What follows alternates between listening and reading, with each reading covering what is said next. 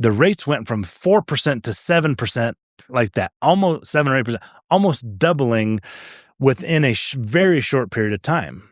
So now what do you have? You have a whole bunch of people who normally would have already moved because they've got a 3% interest rate, 3.5% interest rate. They're not going anywhere. Why? They may hate the house, but love the loan. That's a phrase you're hearing right now, because they know if they go buy another house, they're not going to have that 3% loan. They're going to have that 7% loan, which is going to increase their payment, which is likely going to be more than they're paying right now, and for a similar house. So they say, no, it makes no sense to move. We're just going to stay here and deal with it, basically. And so what has happened? The market is kind of stalled, and that's by design. That's what the government wanted. Now, what Trump keeps asking for is for Powell to lower the rates. And Powell a couple weeks ago came up and said, we are not lowering the rates. We are absolutely not lowering the rates. So what did that do? The stock market liked that. The housing market didn't. So you have days on market, which means when the house gets listed, how long is it going to stay on the market? That's what days on market means, before it sells. And when you're in a hot market, the days on market is like nothing, 30 days, right? We're seeing now, and that we haven't seen in a long time, houses that have been, and by the way, days on market doesn't mean, in the comments, let me know. I believe days on market is we listed it on Monday, and when we took it off the market, meaning it got under contract, if we got it under contract on Wednesday, that means it had 2 days on market. I think that's what that means. I don't think it means that it's actually sold and closed. It could be. Regardless, however that days on market gets calculated, what we're seeing is houses that normally would have sold, and I care about sold within 30 and 45 days, which is the typical in a hot market. That's pretty typical for banks to be able to go get loans and do the underwriting and process. Selling a house in 30 to 45 days is pretty normal. We're now seeing houses that would have sold for 30 to 45 days being on the market and unsold for 90, 120 days. People who listed their house in the springtime went all summer and have not sold it. And now what if you're seeing the list price drop? They went at 400, now they're at 480, now they're at 460. Well, if you think about that, that's a 10% drop. And we haven't even gotten into the wintertime. This is still, end of summer, beginning of fall type stuff. We're not in November, December. We're not in January. So what do I think the market is going to do in the rest of 2025? I'm going to caveat that and say, I think that the real estate market across the country, before it gets to March or the springtime of 2026, is going to have a 10 to 20%, the solds, a 10 to 20% correction. Maybe in some markets, even up to 30%. I don't think we're going to see like what we saw in 2008. I don't think what we saw in that crash time where markets, like every market went down 30% and some went down 50 and 70%. I don't think that's what's going to happen. I do think that we're going to see between a 10 and 20% national correction, and in some markets up to 30%. Why? Because they're already doing it. It's already happening. Literally right now in the single family residential world right now. I also have not talked about the commercial world. I'll talk about that on a different podcast. But in the commercial world, or in the residential world, houses are just not selling. And why aren't they selling? So now let's think about, why aren't they selling? The rates are still too high. People can't afford to make the monthly payment because wages haven't gone up. Wages haven't gone up. The interest rate is still too high. Though they want to buy the house, now they can't. This is why Trump knows if they will just lower the rate, if they lowered the rate from 7.5% to 5.5%, the real estate market would take off again and more deals would be being done. But in the wintertime, I feel like there's going to be a correction. I think it's going to be a buy opportunity. Frankly, I always think that it's time to buy, not because I'm buying retail houses. It's not always time to buy a retail house as an investor. For your primary, yes. If you're going to buy a house that you can live in for a long time, it's your forever house, buy it. Pay for whatever it is because you're going to make it up over time, right?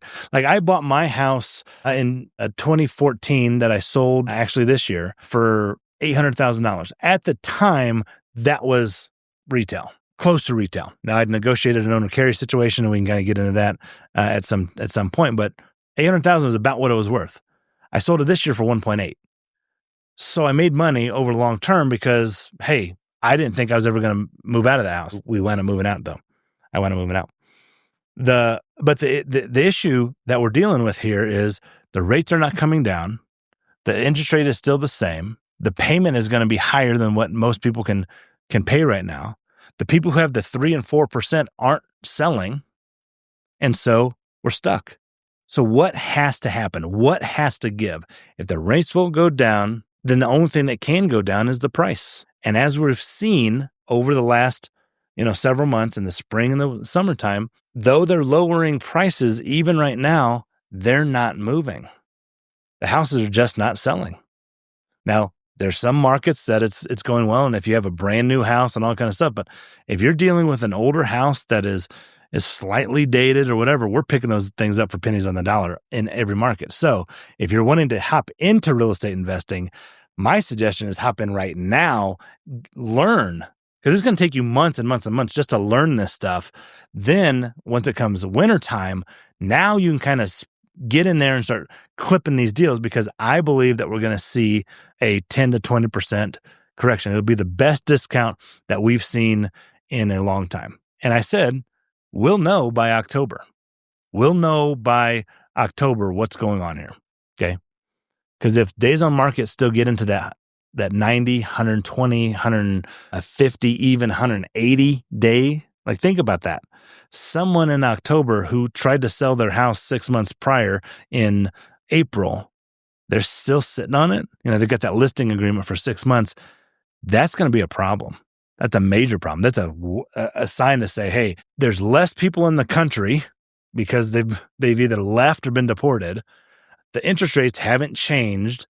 Therefore, the only people who want to buy are people who have to buy, but the ones who have to or want to sell, in order to sell, they're going to have to lower their price, something that they haven't done in over a decade. And we're seeing it right now in 2025.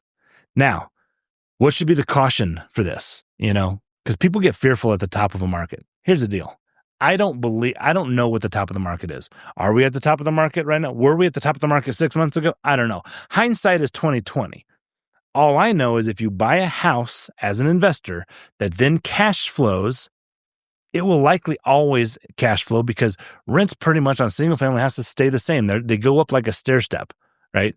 They stay the same and then they jump up. They stay the same and then they jump up. If you can cash flow that house right now, you should and will be able to cash flow it in the future. So keep buying those cash flowing houses. Now, if you're fixing and flipping, you better be in and out. You better buy it at a discount. Get it fixed up and get it listed very quickly, and in the right neighborhood. You need to be more selective as a fix and flipper right now. Wholesalers, who cares? Get it on a contract, flip it. That's why we like wholesaling.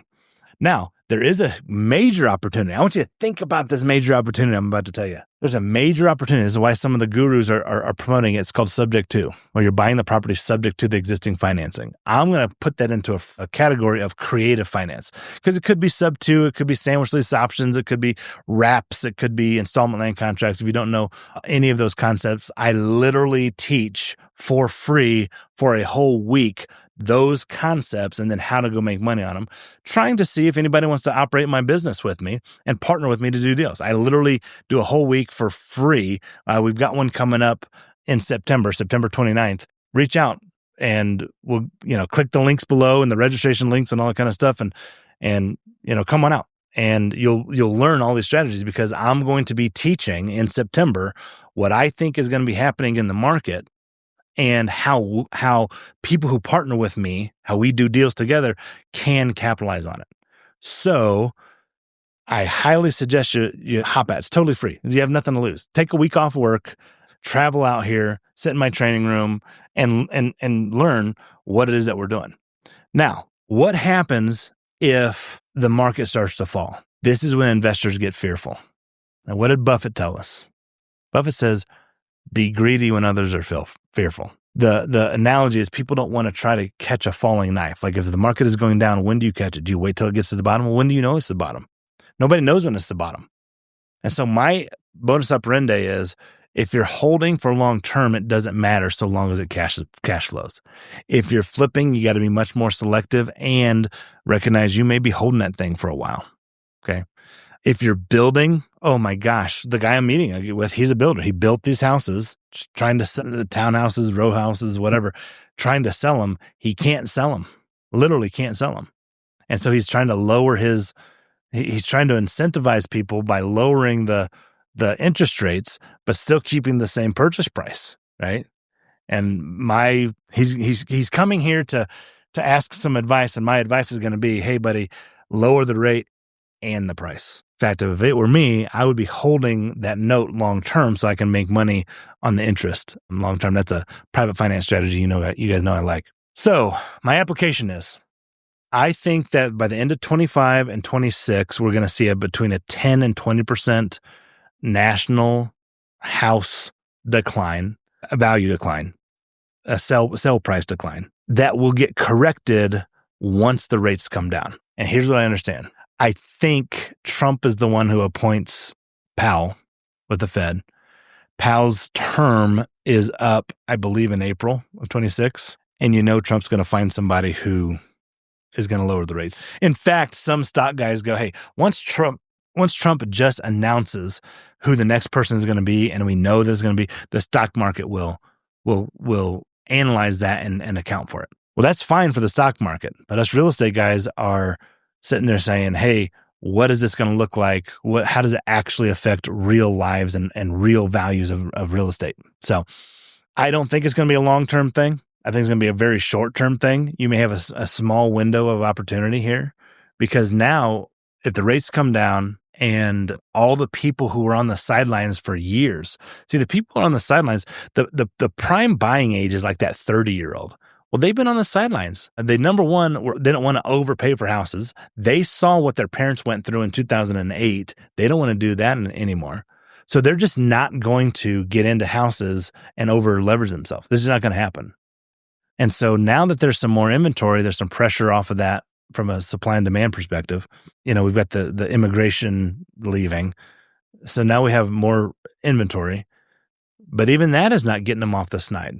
What's going to get them off the snide is those interest rates. And if those go down in April of 26, I think you're going to get back to a more level buying market. But this is just some dude in a podcast studio pontificating. I have been wrong before. And anyone who says that they can predict the future is a liar. The only one I know who can predict the future is the Lord himself. And he's told us a lot about what's happening in the future. Not about the real estate market, but a lot about the future of this world and the world to come. So thanks for watching. Hit the subscribe button right now. You don't want to miss the next episode. Every week, we drop practical money strategies and real stories that'll change the way you think about wealth.